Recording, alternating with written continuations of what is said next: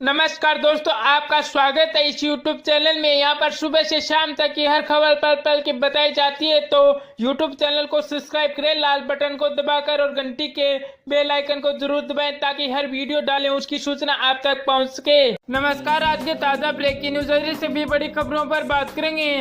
वादा में बोले पीएम नरेंद्र मोदी, जाति से नहीं जाने जाते कर्मों से जाने जाते हैं कोई महापुरुष। वहीं आगे बात करें तो लोकसभा चुनाव 2019 को लेकर पीएम नरेंद्र मोदी ने यूपी के वांदा में लोगों को संबोधित किया। उन्होंने कहा कि जमीन से पूरी तरह कट चुके लोग इस बार अपने ही खेल में फंस गए हैं। उनको पता ही नहीं चला कि 21वीं सदी का ये बॉर्डर नौजवान किसकी जिंदगी के सारे सपने अधूरे हैं और वो उन्हें पूरा करने के लिए खपाने के लिए तैयार है। वो क्या चाहते हैं वो इन नेताओं की समझ से बाहर है।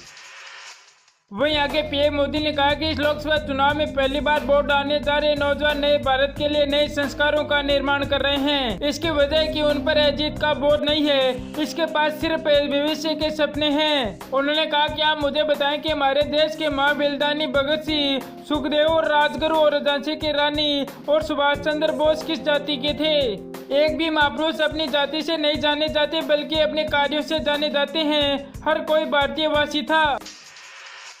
वहीं अगले खबर है, राहुल गांधी बोले खाली पड़े 5 लाख सरकारी पदों को कांग्रेस पार्टी 1 साल में भर देगी। वहीं कांग्रेस अध्यक्ष राहुल गांधी ने देश में बेरोजगारी को लेकर प्रधानमंत्री नरेंद्र मोदी पर निशाना साधते हुए कहा कि 22 लाख सरकारी पद खाली पड़े हैं जिन्हें कांग्रेस पार्टी सरकार 1 साल में भर देगी। इसके साथ ही उन्होंने कहा कि मोदी जहाँ भी जाते हैं झूठ बोलते हैं। राजस्थान के एक दिन दौरे पर आए राहुल गांधी यहाँ एक चुनावी सभा को संबोधित कर रहे थे। उन्होंने कहा आज हिंदुस्तान में 45 साल में सबसे ज्यादा बेरोजगारी है मगर 22 लाख सरकारी नौकरियां पद खाली पड़े हैं। मैं आपको इस मंच से गारंटी देना चाहता हूँ कि 1 साल के अंदर कांग्रेस पार्टी इन नौकरियों को भर देगी और आपके हवाले कर देगी। वहीं आगे उन्होंने कहा कि 10 लाख युवाओं को पंचायत में रोजगार दिया जा रहा है। 10 लाख युवाओं को कांग्रेस पार्टी हिंदुस्तान की पंचायत में रोजगार देगी। राव ने कहा कि प्रधानमंत्री नरेंद्र मोदी ने 2 करोड़ युवाओं को रोजगार देने की बात कही। यहाँ भीड़ में कोई भी है जिसको नरेंद्र मोदी ने रोजगार दिया हो। उन्होंने कहा कि नया न्यूनतम आय योजना लाखों लोगों को रोजगार देगी लेकिन वह रुकेगी नहीं। कांग्रेस अध्यक्ष ने अपने भाषण में कहा कि आपको चुना एक तरफ नरेंद्र मोदी है जो जहाँ भी जाते हैं झूठ ही झूठ बोलते हैं। 15 लाख का झूठ, 2 करोड़ युवाओं को रोजगार देने का झूठ, किसानों को सही दाम देने वाला झूठ। वाराणसी से प्रियंका गांधी नहीं है भी उम्मीदवार लड़ेगा पीएम मोदी के खिलाफ चुनाव। वहीं आगे बात करें तो शशि गलियार में सबसे ज्यादा चर्चा का विषय था कांग्रेस महासचिव प्रियंका गांधी का वाराणसी से पीएम मोदी के खिलाफ चुनाव लड़ना, लेकिन ये सस्पेंस भी खत्म हो गया है। वाराणसी से लोकसभा सीट के लिए कांग्रेस प्रत्याशी का ऐलान कर दिया गया है। कांग्रेस ने बीजेपी प्रत्याशी और पीएम नरेंद्र मोदी के खिलाफ अजय राय को टिकट दिया है। अजय राय साल 2014 में भी पीएम मोदी के खिलाफ चुनाव लड़े थे। वहीं गोरखपुर लोकसभा सीट से कांग्रेस ने मधुसूदन तिवारी को टिकट दिया है। यहाँ से बीजेपी ने अभिनेता रविशंकर को टिकट दिया है। ताजा ब्रेकिंग न्यूज है, 1 मई को पीएम मोदी अयोध्या में कर सकते हैं रैली। बतौर में पीएम मोदी 5 साल में पहली बार दौरा करेंगे। वहीं आगे बात करें तो लोकसभा चुनाव 2019 की आधी लड़ाई लड़ी जा चुकी है, अब और आगे की तैयारी है। उत्तर प्रदेश को साधने के लिए प्रधानमंत्री नरेंद्र मोदी अपनी पूरी ताकत झोंक रहे हैं। इसी बीच खबर आ रही कि 1 मई को प्रधानमंत्री नरेंद्र मोदी अयोध्या जाएंगे। यहाँ पर पीएम मोदी चुनावी सभा को संबोधित करेंगे। पिछले 5 साल में उनका पहला अयोध्या दौरा होगा। वे चुनाव से पहले राम मंदिर का मुद्दा अक्सर चर्चा में आता रहा है। मामला अभी तक सुप्रीम कोर्ट में है, लेकिन भारतीय जनता पार्टी के साथ ये मामला लंबे समय से जुड़ा है। साधु संतों की मांग रही है कि मोदी सरकार को जल्द से जल्द राम मंदिर बनाना चाहिए, लेकिन सरकार कोर्ट के फैसले का अतर्क ले रही है। वहीं आगे बता दें कि पिछले 5 साल में कई बार ऐसा मौका आया है जब साधु संतों ने मांग की है कि प्रधानमंत्री नरेंद्र मोदी को एक बार जरूर अयोध्या आना चाहिए, लेकिन 5 साल बाद अब ये मौका आया है जब नरेंद्र मोदी बतौर प्रधानमंत्री पहली बार राम मंदिर नगरी अयोध्या में पहुंचेंगे। अयोध्या में 6 मई को मतदान होना है। 2017 में जब उत्तर प्रदेश में बीजेपी की सरकार आई तो राम भक्तों में उम्मीद जगी थी। अब जब केंद्र राज्यों में दोनों पूर्ण बहुमत की सरकार है तो राम मंदिर मामले का हल जरूर निकलेगा, लेकिन मामला सुप्रीम कोर्ट में होने के कारण इस पर सरकार कुछ नहीं कर सकी।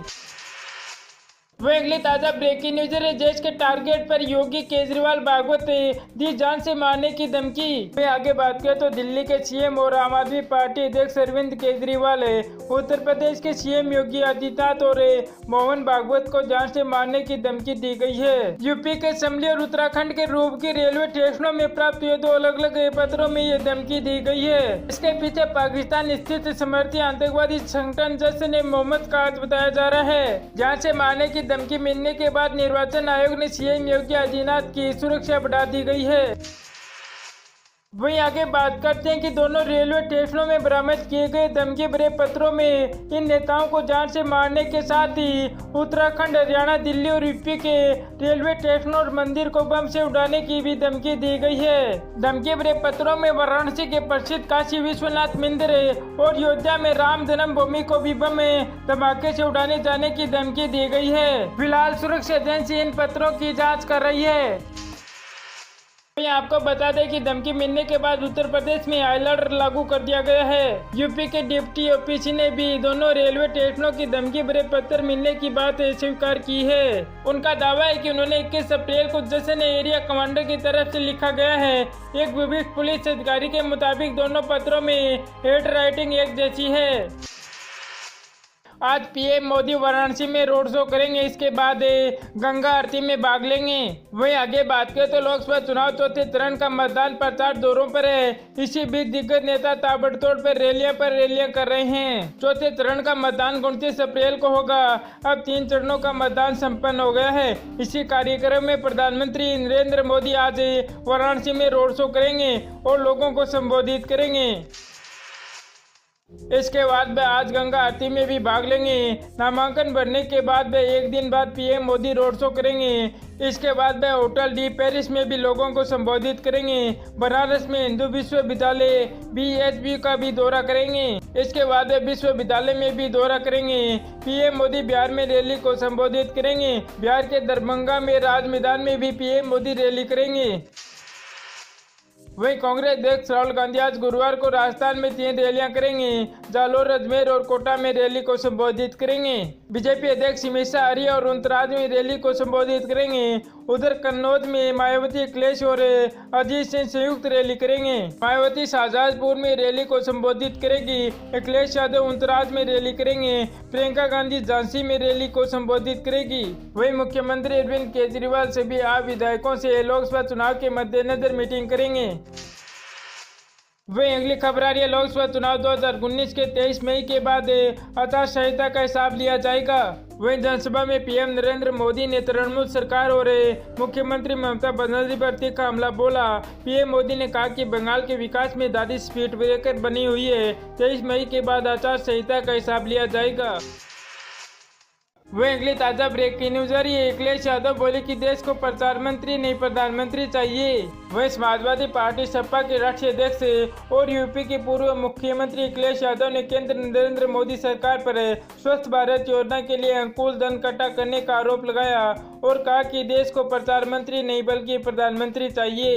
अखिलेश ने एक चुनावी जनसभा में कहा कि भाजपा वाले झाड़ू लगाने के लिए न जाने कितना पैसा इकट्ठा किया है।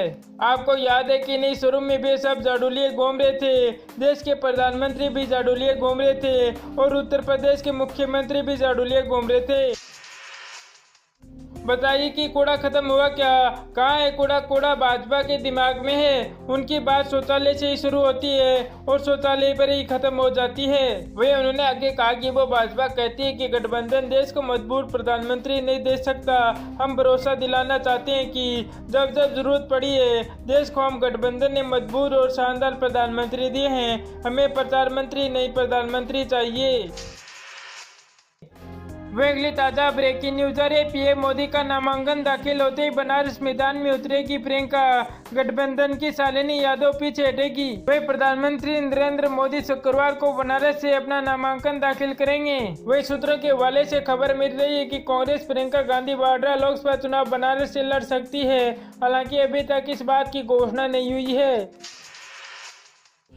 लेकिन माना जा रहा है कि पीएम मोदी के नामांकन के बाद कांग्रेस प्रियंका गांधी को बनारस के मैदान से उतार सकते हैं। 29 अप्रैल को प्रियंका गांधी बनारस आकर काल भैरव के दर्शन कर सकती है। वही सूत्रों के हवाले से पता चल रहा है कि समाजवादी पार्टी कांग्रेस के कदम का इंतजार कर रही है। इसी वजह से गठबंधन की प्रत्याशी शालिनी यादव को लखनऊ में ही रोका गया है। अगर प्रियंका वाड्रा मैदान में उतरती है तो गठबंधन बनारस की सीट को छोड़ सकती है।